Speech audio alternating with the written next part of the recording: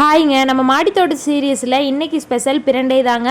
நம்ம ஆத்தோரங்கள்லாம் நிறைய வந்துட்டு தளைஞ்சு கிடக்கும். ஆனால் பறித்து யூஸ் பண்ணவே மாட்டோம். பட் இதுக்கு மருத்துவ குணங்கள் ரொம்ப அதிகம்.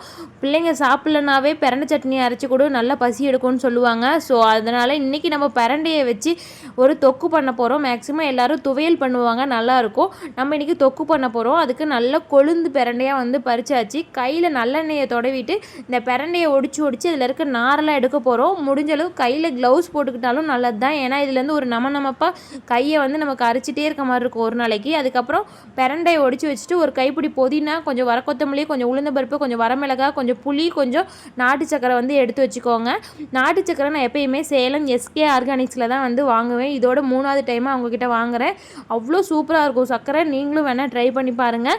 நம்ம எடுத்து வச்சுருந்த வரக்கொத்தமல்லி, உளுந்தம்பருப்பு, வரமிளகாய் எல்லாத்தையும் அப்படியே வறுத்து எடுத்துக்கலாம். அதுக்கப்புறமா கொஞ்சம் எண்ணெய் ஊற்றி இந்த புதினா வதக்கி எடுத்துக்கலாம். அப்புறம் மறுபடியும் கொஞ்சம் நல்லெண்ணெய் ஊற்றி நம்ம எடுத்து வச்சுருக்கோம்ல பிரண்டை, இது எல்லாத்தையும் நல்லா ப்ரௌன் கலரில் வர அளவுக்கு நல்லா வதக்கிக்கணுங்க.